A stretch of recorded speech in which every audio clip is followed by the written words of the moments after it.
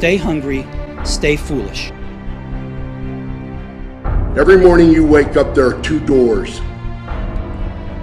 And there are thundering knocks at each one of them.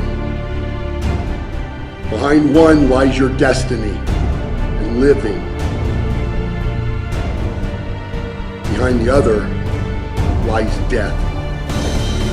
Living is engaging your life with intensity and passion. Once you get through all the pages and all the rules and all the principles and all the formats and all the plans and all the templates, it comes down to that. Do the fucking work. Start today. I don't care when your life clock started ticking.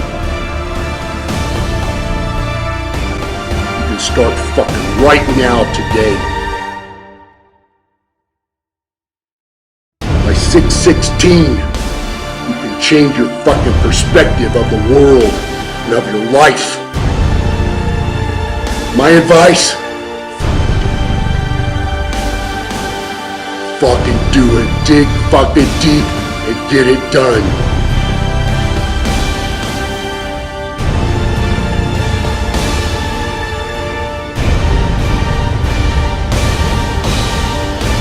Do the work of your life.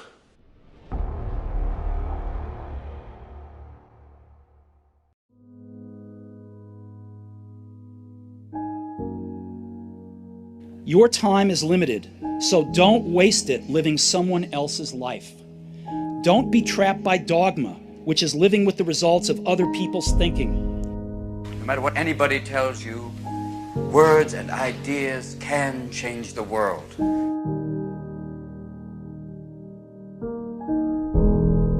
Don't let the noise of others' opinions drown out your own inner voice.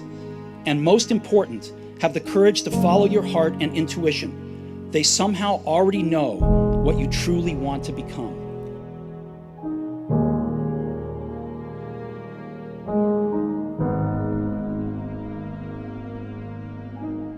I stand upon my desk to remind myself that we must constantly look at things in a different way.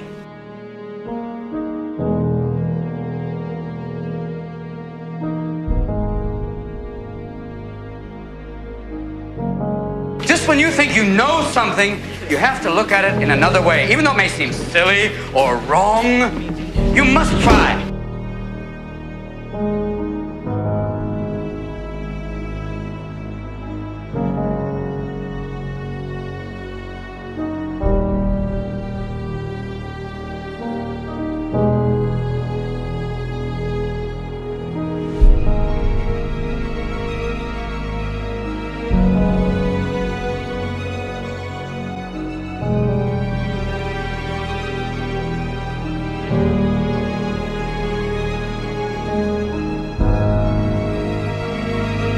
Boys, you must strive to find your own voice, because the longer you wait to begin, the less likely you are to find it at all.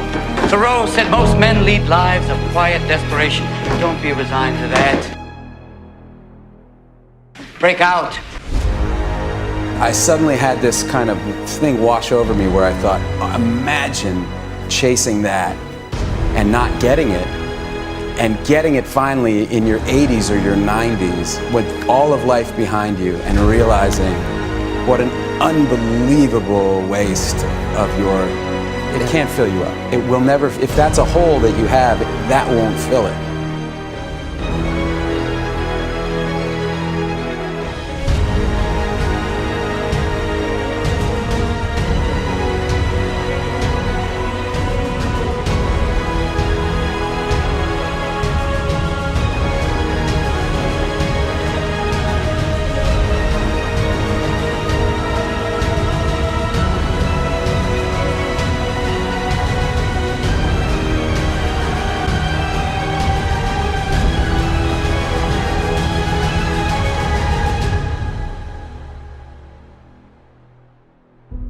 I imagined another one of me, you know, an old man, kind of going like, oh my God, where did my life go? What have I done?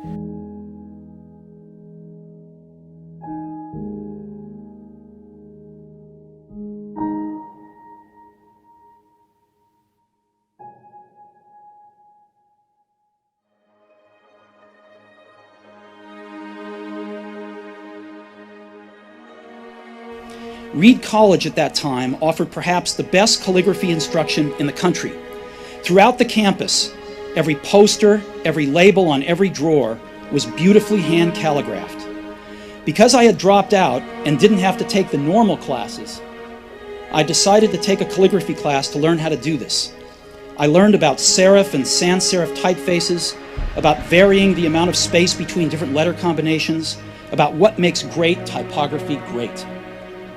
It was beautiful, historical, artistically subtle in a way that science can't capture, and I found it fascinating.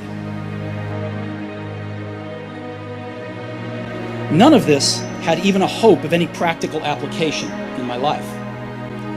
But 10 years later, when we were designing the first Macintosh computer, it all came back. And we designed it all into the Mac. It was the first computer with beautiful typography. If I had never dropped in on that single course in college, the Mac would have never had multiple typefaces or proportionally spaced fonts.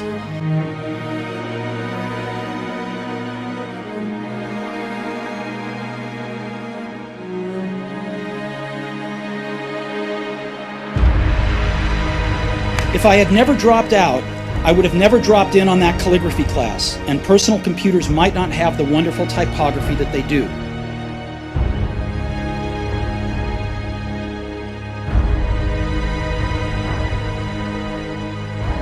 Of course, it was impossible to connect the dots looking forward when I was in college, but it was very, very clear looking backwards 10 years later.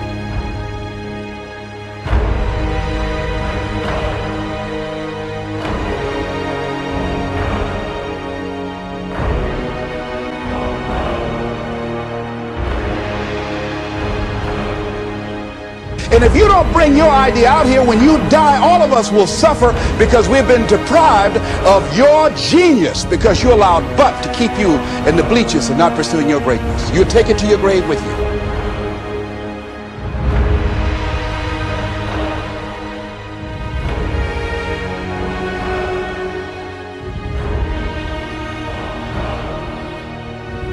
I was lucky. I found what I loved to do early in life. Woz and I started Apple in my parents' garage when I was 20. We worked hard, and in 10 years, Apple had grown from just the two of us in a garage into a $2 billion company with over 4,000 employees.